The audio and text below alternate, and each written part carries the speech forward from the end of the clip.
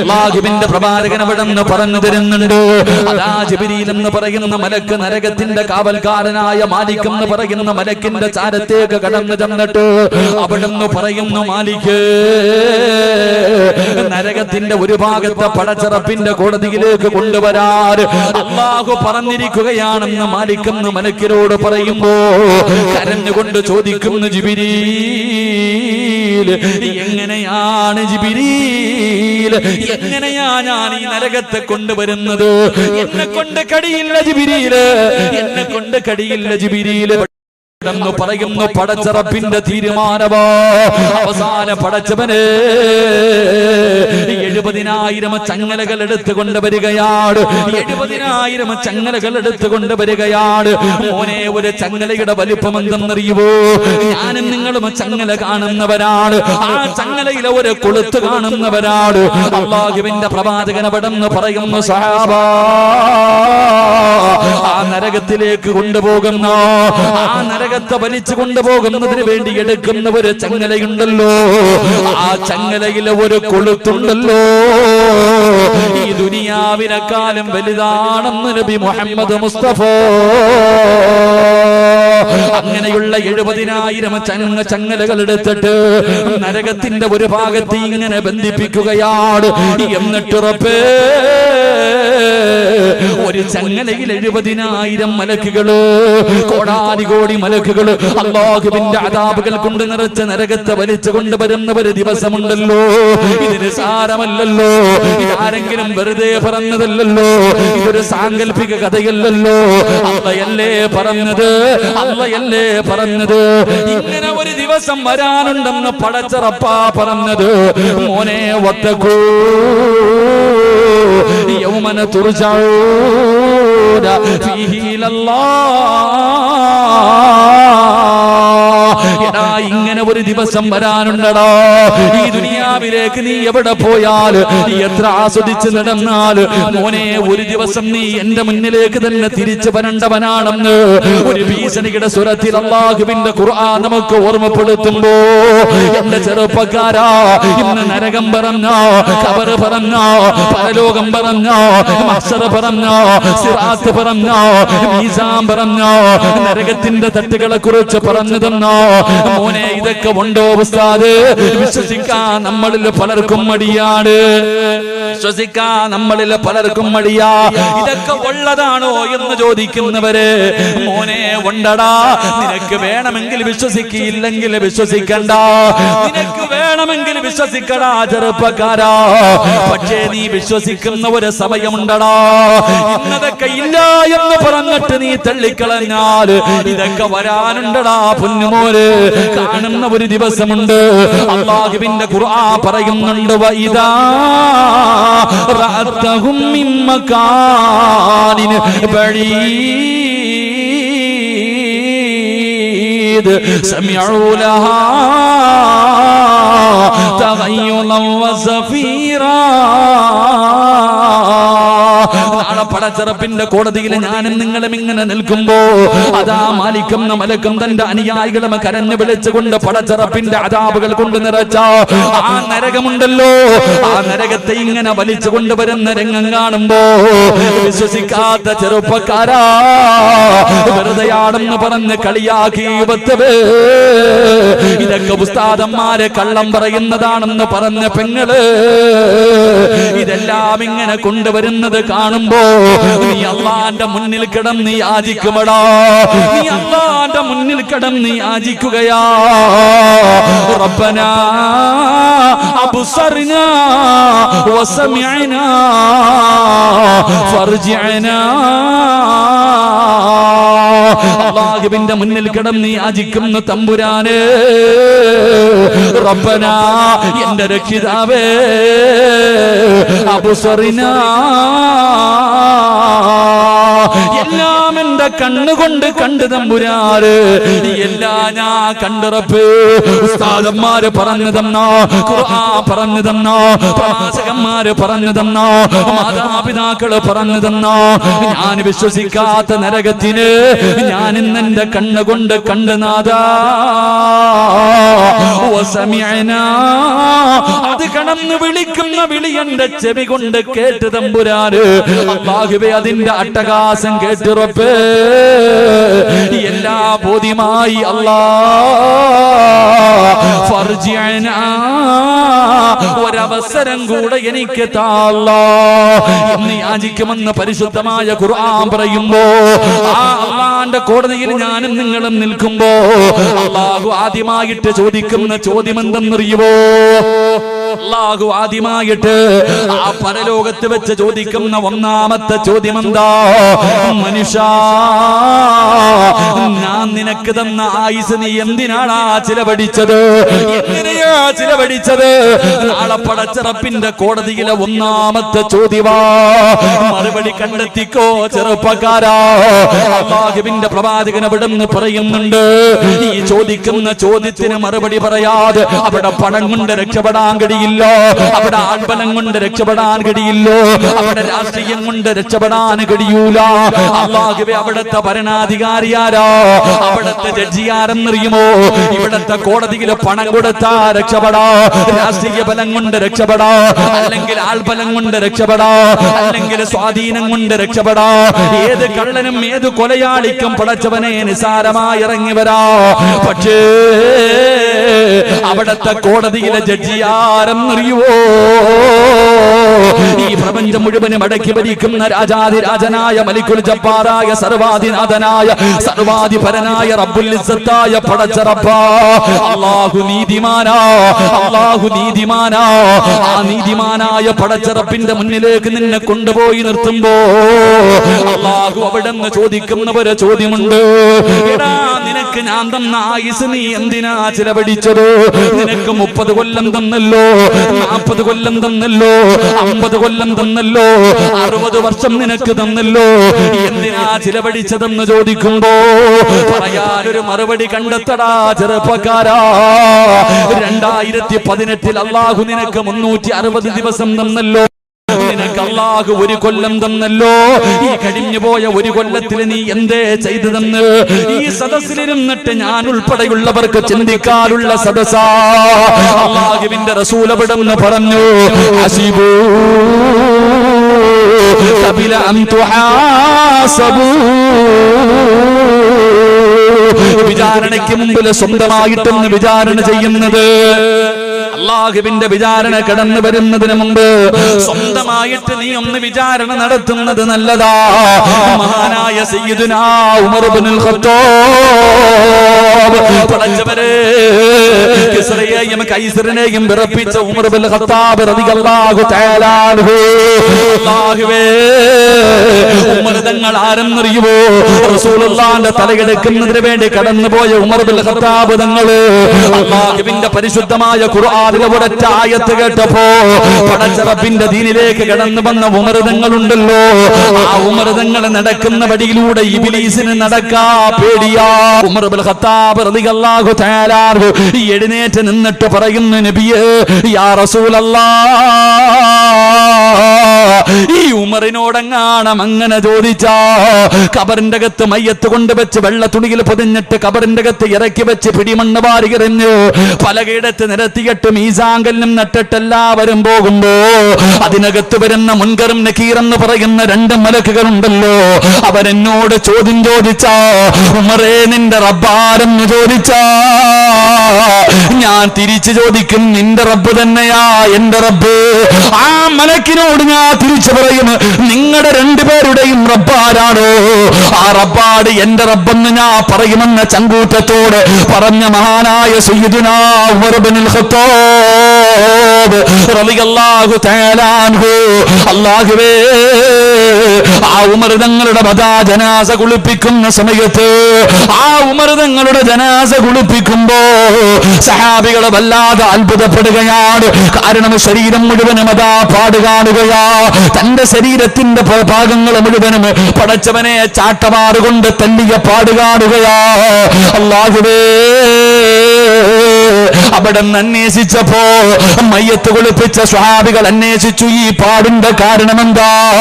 എന്റെ പ്രിയപ്പെട്ട ചെറുപ്പക്കാരാ, പാതിരാത്രി തന്റെ വീടിന്റെ അകത്ത് കയറിയിരുന്നിട്ട് എല്ലാവരും ഉറങ്ങിക്കഴിയുമ്പോ ഒറ്റയ്ക്ക് തന്റെ വീടിന്റെ അകത്ത് കയറിയിട്ട് ചാട്ടവാറ് കൊണ്ട് തന്റെ ശരീരത്തിലേക്ക് തല്ലിയിട്ട്, ഇന്ന് നീ അങ്ങനെ ചെയ്തല്ലോ, ഇന്ന് നീ പാപം ചെയ്തല്ലോ എന്ന് സ്വന്തം വിചാരണ ചെയ്യുമായിരുന്നു എന്ന് ചരിത്രം പറയുമ്പോ, എന്റെ പ്രിയമുള്ള സഹോദരാ, ഈ ഡിസംബർ 31 നിനക്കൊരു വിചിന്തനത്തിന്റെ, കഴിഞ്ഞുപോയ ഒരു വർഷക്കാലം നീ ചെയ്തു കൂട്ടിയതെ കുറിച്ച് നിനക്കൊരു ചിന്തിക്കാനുള്ള സമയമോ, ഒരു വിചാരണ നടത്താനുള്ള സമയമോ. അല്ലാഹുവിന്റെ റസൂൽ അവിടെന്ന് പറഞ്ഞതുപോലെ, ഹസിബൂ ഖബല അൻ തുഹാസബൂ. സിറാജിന് ഒരു വയസ്സ് കൂടിയിരിക്കുകയാണ്. 33ാമത്തെ വയസ്സിലേക്ക് ഞാൻ കടന്നു വരുമ്പോ, പടച്ചവനെ, ഈ ഒരു വർഷക്കാലം സിറാജന്റെ ചെയ്തത്, രാവിലെ ഉറക്കത്തിൽ നിന്ന് എഴുന്നേറ്റിട്ട് കണ്ണുകൊണ്ട് കണ്ടത് പാപമോ, ചെവി കൊണ്ട് കേട്ടത് പാപമോ, നാവ് കൊണ്ട് പറഞ്ഞത് പാപമോ, കൈകൊണ്ട് പിടിച്ചത് പാപമോ, കാലുകൊണ്ട് നടന്നത് പാപത്തിലേക്കോ, ഹൃദയം കൊണ്ട് ചിന്തിച്ചത് പാപമോ. ഓരോ ദിവസവും കോടാനുകോടി പാപം ചെയ്യുന്നവരാണ് ഞാനും നിങ്ങളും. അതുകൊണ്ട് എന്റെ പ്രിയമുള്ളവരെ, ഇന്നത്തെ വേല വിചാരണയുടെ വേലാണ്. ഇന്നത്തെ വേല വിചാരണയുടെ വേല. ഓരോരുത്തരും ഈ സദസ്സിലിരുന്നിട്ട് ഞാൻ എന്റെ കാര്യം നോക്കാം, ഞാൻ എന്റെ കഴിഞ്ഞ ഒരു വർഷത്തെ ഞാൻ എന്താണ് ചെയ്തതെന്ന് ഞാൻ തന്നെ ചിന്തിക്കാം.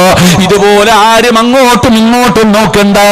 നീ നിന്റെ കാര്യം നോക്ക്, നീ നിന്റെ കാര്യം നോക്ക്. നീ നാളെ പരലോകത്ത് പോകുമ്പോ ആരും വരില്ലല്ലോ.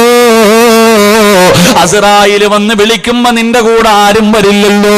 ഭാര്യ വരില്ല, മക്കള് വരില്ല, കൂടപ്പറപ്പ് വരില്ല, കൂട്ടുകാര് വരില്ല, ഒരു രാഷ്ട്രീയ പാർട്ടിയും വരൂല, ഒരു സംഘടനയും വരൂല. മോനെ, ഒറ്റയ്ക്ക് പള്ളിക്കുടിയിലേക്ക് പോകേണ്ടവനാടാ. അല്ല തന്നെ അത് പറയുന്നുണ്ട്, അള്ളാഹു തന്നെ പറയുന്നുണ്ട്.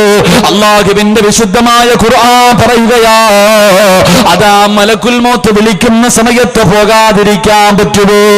അതുകൊണ്ട് എന്റെ പ്രിയപ്പെട്ടവരോട് എനിക്ക് പറയാനുള്ളത്, അള്ളാഹുവിന്റെ ഖുർആൻ ഒരായത്തിൽ അള്ളാഹു 2 പ്രാവശ്യം നിങ്ങൾ അള്ളാഹുവിനെ സൂക്ഷിക്കണേ. അള്ളാഹുവിന്റെ വിശുദ്ധമായ ഖുർആനില് 2 സ്ഥലങ്ങളിൽ ഒരായത്തിൽ 2 പ്രാവശ്യം അള്ളാഹു പറഞ്ഞതെന്തെന്നറിയോ? നിങ്ങൾ അള്ളാഹുവിനെ സൂക്ഷിക്കണേ. ഒരേ ഒരായത്തിൽ അള്ളാഹു 2 പ്രാവശ്യം പറഞ്ഞു. ഏതായത്തിലാ? യാ അയ്യുഹല്ലദീന ആമനൂ. അള്ളാഹുവിന്റെ വിശുദ്ധമായ ഖുർആൻ പറയുകയാ. അള്ളാഹുവിന്റെ വിശുദ്ധമായ ഖുർആനില് ഒരായത്തിൽ 2 പ്രാവശ്യം അള്ളാഹുവിനെ സൂക്ഷിക്കണേ, അള്ളാഹുവിനെ സൂക്ഷിക്കണേ എന്ന് പറഞ്ഞതായ ഒരു ആയത്ത് നമുക്ക് ഖുർആനിൽ കാണാം. എന്റെ അള്ളാഹു പറഞ്ഞത്, യാ അയ്യുഹല്ലദീന ആമനൂ വൽതൻദുർ നഫ്സും മാ ഖദ്ദമത് ലിഗദിൻ വത്തഖുല്ലാഹ്. യാ അയ്യുഹല്ലദീന ആമനൂ ഇത്തഖുല്ലാഹ് വൽതൻദുർ നഫ്സും മാ ഖദ്ദമത് ലിഗദിൻ വത്തഖുല്ലാഹ്. ഒരേ ഒരായത്തിൽ അള്ളാഹു 2 പ്രാവശ്യം പറഞ്ഞു നിങ്ങൾ അള്ളാഹുവിനെ സൂക്ഷിക്കണേ. യാ 2ന്റെയും ഇടയിൽ അള്ളാഹു പറഞ്ഞത് എന്തെന്നറിയുമോ? വൽതൻദുർ നഫ്സുൻ മാ ഖദ്ദമത് ലിഗദിൻ.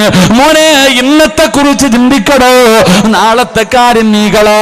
പടച്ച റബ്ബിന്റെ മുന്നിലേക്ക് കടന്നു ചെല്ലുമ്പോ നിന്റെ കയ്യിൽ എന്താണെന്നുള്ളത് ഇന്ന് നീ ചിന്തിക്കാൻ ഖുർആൻ പറയുമ്പോ, ഈ ഡിസംബർ 31 ചിന്തിക്കാനുള്ള സമയമോ? കഴിഞ്ഞുപോയ ഒരു വർഷക്കാലം ചെയ്തു കൂട്ടിയ നന്മയെ കുറിച്ച്, പാവങ്ങളെ കുറിച്ച് അള്ളാഹുവേ ഒരു വിചാരണ നടത്തിയിട്ട് റബ്ബിന്റെ മുന്നിൽ പൊട്ടിക്കരഞ്ഞ് നമുക്ക് ദുആ ചെയ്ത് പിരിയാ. അള്ളാഹു അതിനുള്ള ഭാഗ്യം നൽകി അനുഗ്രഹിക്കുമാറാകട്ടെ. അള്ളാഹു അതിനുള്ള ഭാഗ്യം നൽകി അനുഗ്രഹിക്കുമാറാകട്ടെ. എനിക്ക് കൂടുതലൊന്നും പറയാനില്ല. കഴിഞ്ഞ ഒരു കൊല്ലം നീ ചെയ്തതിനെ കുറിച്ച് നീ മാത്രം ചിന്തിക്കുക, വേറെ ആരും വേണ്ട. മഹാനായ സയ്യിദുനാ ഉമർ ഇബ്നുൽ ഖത്താബ് റളിയല്ലാഹു തആല അൻഹു ചാട്ടവാർ എടുത്തിട്ട് സ്വന്തം തല്ലും.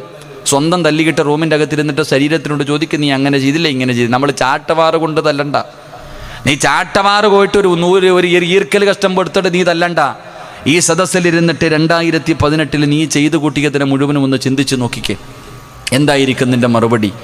സ്വന്തമായിട്ട് നാട്ടുകാരെ നന്നാക്കാനോ അല്ലെങ്കിൽ മറ്റുള്ളവരെ നന്നാക്കാനല്ല, സ്വന്തമായിട്ടൊന്ന് വിലയിരുത്തി നോക്ക്. എന്നിട്ട് നീ ജയിച്ചവനാണോ തോറ്റവനാണോ എന്ന് തീരുമാനിക്ക്. അള്ളാഹു നമുക്ക് ഭാഗ്യം നൽകി അനുഗ്രഹിക്കുമാറാകട്ടെ. എൻ്റെ പ്രിയമുള്ള സഹോദരങ്ങളെ, ആരും ചിന്തിക്കാനും നോക്കാനൊന്നും ഇരിക്കേണ്ട, ഒറ്റ തീരുമാനമേ ഉള്ളൂ. എൻ്റെ പ്രിയപ്പെട്ടവരെ, ജീവിതത്തിൽ ചെയ്തിരിക്കുന്നത് മുഴുവനും 99.3% പാവമാണ് ചെയ്തിരിക്കണേ. ഒരല്പമേ ഉള്ളൂ നന്മ പറയാൻ. അപ്പോൾ എൻ്റെ പ്രിയപ്പെട്ട സഹോദരങ്ങളെ, നിങ്ങൾ ചോദിക്കും, ഉസ്താദെ, ഈ ചെയ്തു കൂട്ടിയ പാപങ്ങളൊക്കെ ഞങ്ങൾ എവിടെ കൊണ്ട് കഴുകിക്കളയാനാ? ഈ ചെയ്തു കൂട്ടിയിരിക്കുന്ന പാപങ്ങൾ, ഒരുപാട് ജീവിതത്തിൽ പാപം ചെയ്തല്ലോ, ഈ പാപങ്ങൾ മുഴുവനും ഞങ്ങൾ എവിടെ കൊണ്ട് കഴുകിക്കളയാനാ? മോനെ, അതിനുള്ള മറുപടി അല്ല തന്നെ പറയുന്നുണ്ടാ. ഖുർആൻ എല്ലാം അല്ല പറയുന്നുണ്ട്. അള്ളാഹുവിൻ്റെ വിശുദ്ധമായ ഖുർആനിൽ നീ ചോദിക്കുന്ന എല്ലാ ചോദ്യങ്ങൾക്കും മറുപടി അല്ല തന്നെ പറയുന്നുണ്ട്. അള്ളാഹു പഠിക്കാൻ ഭാഗ്യം തരുമാറാകട്ടെ. എന്താ അള്ളാഹു പഠിക്കാൻ ഭാഗ്യം തരുമാറാകട്ടെ. അള്ളാഹിൻ്റെ ഖുർആനിൽ ഏറ്റവും കൂടുതൽ പ്രാവശ്യം അള്ളാഹു പറഞ്ഞത് എന്താ? അള്ളാഹുവിൻ്റെ വിശുദ്ധമായ ഖുർആനിൽ അള്ളാഹു ഏറ്റവും കൂടുതൽ പ്രാവശ്യം പറഞ്ഞ എന്താ? നീ ചിന്തിക്കാത്ത എന്തെന്ന് അള്ള ചോദിച്ചാൽ, എടാ നീ ബുദ്ധിയുള്ളവനല്ലേ? അള്ള ചോദിച്ചൊരു ചോദ്യമുണ്ട്, എടാ നീ ചിന്തിക്കാൻ കഴിവുള്ളവനല്ലേ, എന്തേ നീ ചിന്തിക്കാത്ത? അള്ള ചോദിച്ചതാ, ചിന്തിക്ക്. അള്ളാഹുവിൻ്റെ വിശുദ്ധമായ ഖുർആൻ എല്ലാത്തിനും മറുപടി പറയുന്നുണ്ട്. നിൻ്റെ ഒരു ചോദ്യം, എല്ലാ ചോദ്യങ്ങൾക്കുമുള്ള മറുപടി അള്ളാഹു പണ്ടേ പറഞ്ഞു വെച്ചിട്ടുണ്ട്. അള്ളാഹു പഠിക്കാൻ ഭാഗ്യം തരുമാറാകട്ടെ. ചെയ്തു പോയ പാവങ്ങൾ അള്ളാഹുവിന്റെ മുന്നിൽ നിന്ന് ഏറ്റു പറയാ കഴിയുമോ? എടാ, എത്ര പാപം ചെയ്താലും നിനക്ക് അള്ളാഹു പുറത്തു തരും. നീ എത്ര കൊല ചെയ്തവനാകട്ടെ, എടാ 100 കൊല ചെയ്തവൻ അള്ളാഹു പുറത്തു കൊടുത്തല്ലോ. മക്കളെ കുടിച്ച് മൂടിയവൻ അള്ളാഹു പുറത്തു കൊടുത്തല്ലോ. എത്രയോ അപരാധികൾക്ക് അള്ളാഹു പുറത്തു കൊടുത്തു. അതുകൊണ്ട് മോനെ, അല്ലാഹു ഗഫൂറാണ്, അല്ലാഹു റഹീമാണ്. ചെയ്തു പോയ പാവങ്ങൾ അല്ലാഹുവിന്റെ മുന്നിൽ മനസ്സറിഞ്ഞുകൊണ്ട് പറയേണ്ട രീതിയിൽ നീ അല്ലാഹുവിന്റെ മുന്നിൽ ഏറ്റു പറഞ്ഞോ, അല്ലാഹു നിന്റെ ദുആ സ്വീകരിക്കുമെന്ന് നബി മുഹമ്മദ് മുസ്തഫ സല്ലല്ലാഹു അലൈഹി വസല്ലമ തങ്ങൾ പറയുന്നു. അസ്മാഉൽ ഹുസ്ന പറഞ്ഞിട്ട് റബ്ബിന്റെ ദർബാറിലേക്ക് ഇരു കരങ്ങൾ ഉയർത്തിയിട്ട് എഴുന്നേറ്റ് നിന്നിട്ടല്ല, നീ എന്റെ യജമാനനാ തമ്പുരാന്, ഞാൻ നിന്റെ അടിമയാണ് തമ്പുരാന്, ഞാനൊരു സാധാരണ നിന്റെ അടിമയാണല്ലോ, നിന്റെ മുന്നിൽ യാചിക്കാമെന്നതാ. പൊറുക്കന്റെ പാപം ചെയ്തി വെറുക്കാതെ പൊറുക്കുന്നവനാരുണ്ട് നീയല്ലാതെ. ഇഹലോകാർഭാടങ്ങളെന്നെ വലച്ചതാ,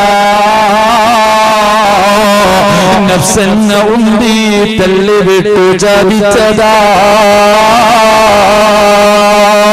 അല്ലാതെ ധിക്കരിച്ചല്ല റബ്ബേ നിന്നെ, അതുകൊണ്ട് ആട്ടരുതിലാകെ എന്നെ. അസ്മാഉൽ ഹുസ്ന പറഞ്ഞിട്ട് എഴുന്നേറ്റ് നിന്നിട്ട് പറയണമല്ലോ, നീ എന്റെ യജമാനനോ, ഞാൻ നിന്റെ അടിമയോ, ഞാൻ നിന്റെ അടിമയോ, നിന്റെ മുന്നിൽ യാചിക്കാമെന്നവനാണ് തമ്പുരാന്. പടച്ചവനെ, നിന്നെക്കാല് പൊറുക്കുന്ന ഒരാളും ഈ ലോകത്തില്ല അല്ലാ. നീ കാരുണ്യമാനോ, നീ ദയാലുവോ, നിന്റെ അടിമയുടെ കണ്ണ് നിറയുന്നത് നിനക്ക് ഇഷ്ടമല്ല തമ്പുരാന്. ജീവിതത്തിൽ ഒരുപാട് പാപങ്ങൾ ചെയ്തു, എല്ലാം എന്റെ ശരീരം എന്നെ പിഴപ്പിച്ചതാ തമ്പുരാന്, എന്നെ ശൈത്താൻ നശിപ്പിച്ചതാണ് തമ്പുരാന്. അറിഞ്ഞുകൊണ്ട് ചെയ്തതല്ലോ, വികാരം കൊണ്ട് ചെയ്തതല്ലോ, എല്ലാ പുറത്തുതരുടെയും അസ്മാഉൽ ഹുസ്ന പറഞ്ഞിട്ട് ചെയ്തു പോയ പാപങ്ങൾ മുഴുവനും ദുനിയാവിലെ ഈ സ്വർഗ്ഗത്തിൽ കുടിച്ചു മൂടിയിട്ട് വേണം നമുക്ക് പിരിയാ. അല്ലാഹു അതിനുള്ള ഭാഗ്യം നൽകി അനുഗ്രഹിക്കുമാറാകട്ടെ. അല്ലാഹു അതിനുള്ള ഭാഗ്യം നൽകി അനുഗ്രഹിക്കുമാറാകട്ടെ.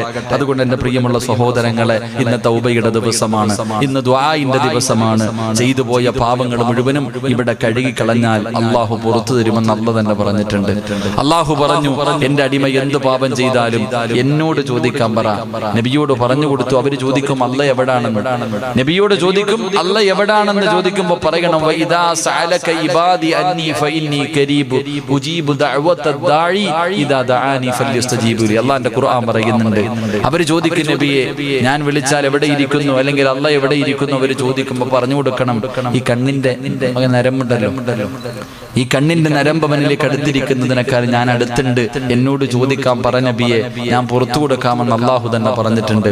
അതുകൊണ്ട് യൂനുസ് നബി കടലിന്റെ ഉള്ളറയിൽ കടന്ന് മീനിന്റെ വയറ്റിൽ കിടന്നിട്ട് ഒരൊറ്റ ദിക്റേ പറഞ്ഞുള്ളൂ, ലാ ഇലാഹ ഇല്ലാ അന്ത സുബ്ഹാനക ഇന്നി കുന്തു മിനൽ ളാലിമീൻ.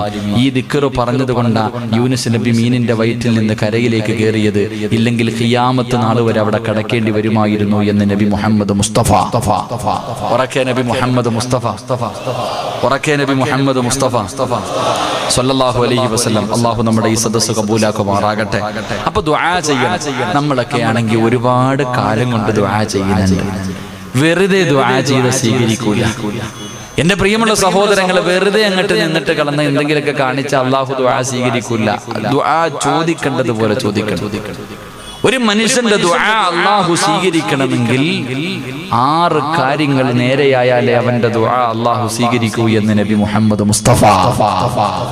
ചുമ്മാതെ തലകുത്തി കിടന്നിട്ട് നീ കഅബയുടെ കില്ല പിടിച്ചിട്ട് കരഞ്ഞിട്ടും കാര്യമൊന്നുമില്ല. ചോദിക്കേണ്ടതുപോലെ ചോദിക്കണം. 6 കാര്യങ്ങൾ സൂക്ഷിച്ചിട്ട് ദുആ ചെയ്താലേ നിന്റെ ദുആയ്ക്ക് ഇജാബത്തുള്ളൂ, അല്ലാഹ് കേൾക്കത്തുള്ളൂ. ഇല്ലെങ്കിൽ അത് തള്ളപ്പെടും. അല്ലാഹു കാത്തിരക്ഷിക്കുമാറാകട്ടെ. അല്ലാഹു കാത്തിരക്ഷിക്കുമാറാകട്ടെ. അപ്പൊ ഇൻഷാ അല്ലാഹ് ദുആ ചെയ്യണം. എങ്ങനെ ഇൻഷാ അല്ലാഹ് ദുആ ചെയ്താൽ ഇന്നത്തെ സദസ്സിലെ ദുആ അല്ലാഹു സ്വീകരിക്കൂലേ? സ്വീകരിക്കൂലേപ്പാ? ഇതപ്പോ ഒരു പിണക്കം സ്വീകരിക്കോ ഇല്ലേ? ഉറപ്പുള്ളവരൊക്കെ കൈപൊക്കി. ഇന്നത്തെ ദുആ അല്ലാഹു. നീ എന്തിനാ മോനെ നിക്കണേ? ഈ ചങ്ങാതി എന്തിനാ നിക്കണം? ഒരു കസേരയിട്ട് കൊടുപ്പാ. ആ പുറകെ ഇരിക്കണം. ഓ നിക്കണാണ് എനിക്ക് സങ്കടം. ഞാൻ നിന്നോളാം.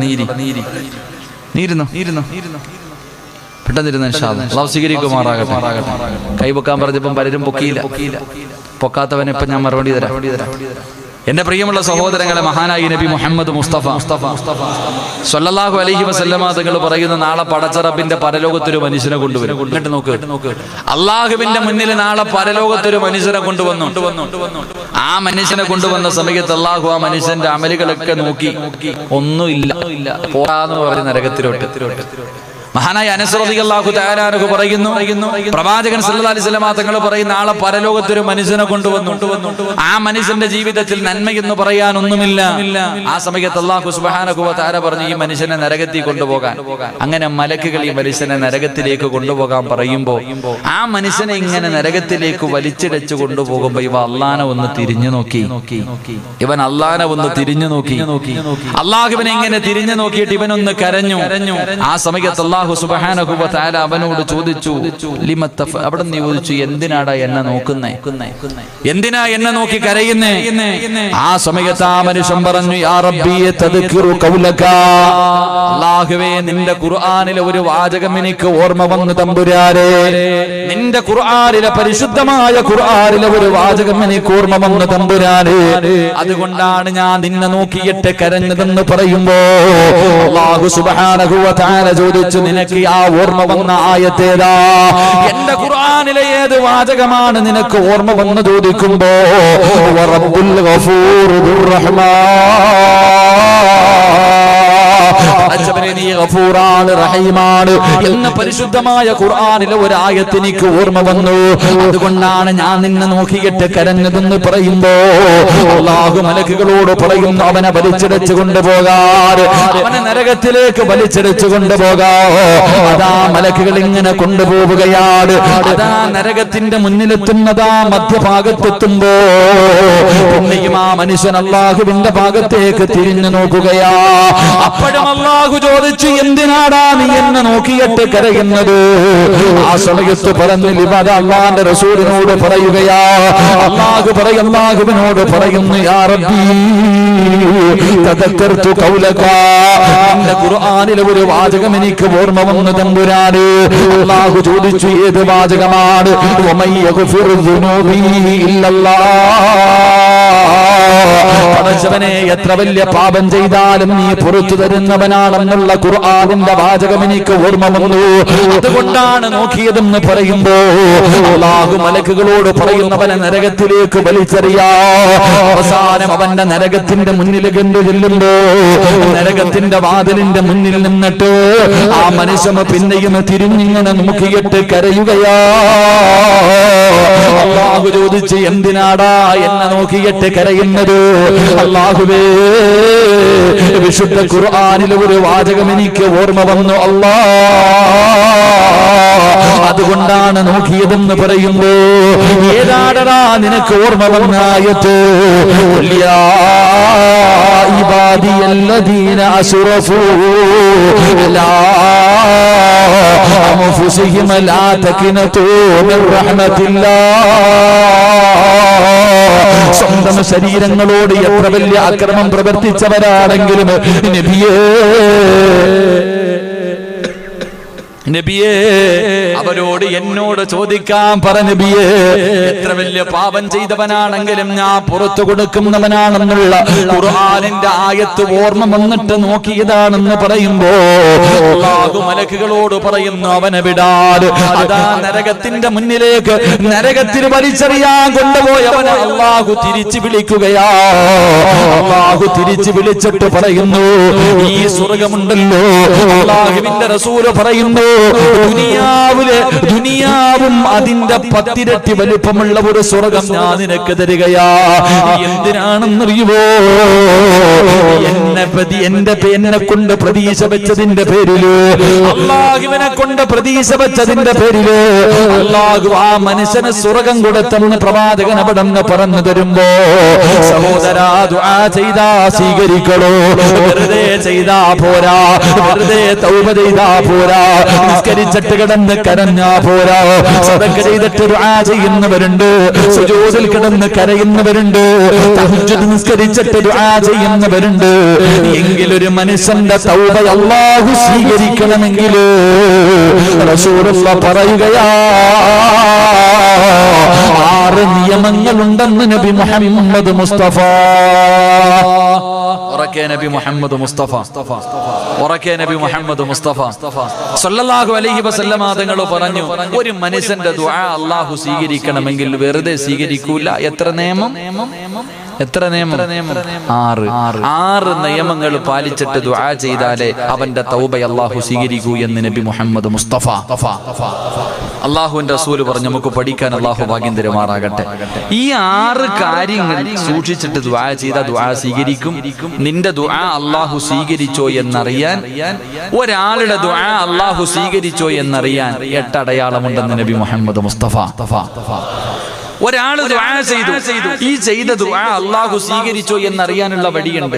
8 അടയാളങ്ങളുണ്ട്. ആ 8 അടയാളങ്ങൾ ഉണ്ടെങ്കിൽ നീ ചെയ്ത കാര്യം അല്ലാഹു സ്വീകരിച്ചിട്ടുണ്ട്. അല്ലാഹു ഈമാൻ തരുമാറാകട്ടെ, അല്ലാഹു ഈമാൻ തരുമാറാകട്ടെ. 6 പറയാൻ പറ്റി. ഇപ്പൊ തന്നെ 10:45 കഴിഞ്ഞു. ഇനി 1 മണിക്കൂറേ ഉള്ളൂ. ഈ 1 മണിക്കൂറിന്റെ ഉള്ളിൽ 6 പറഞ്ഞു തീർക്കണമെന്ന് എനിക്ക് ആഗ്രഹമുണ്ട്. 6 പറയാം ഇൻഷാ അല്ലാഹ്. ബാക്കി 8 അടയാളം അടുത്ത സദസ്സിൽ എവിടെങ്കിലും വെച്ച് പറയാം.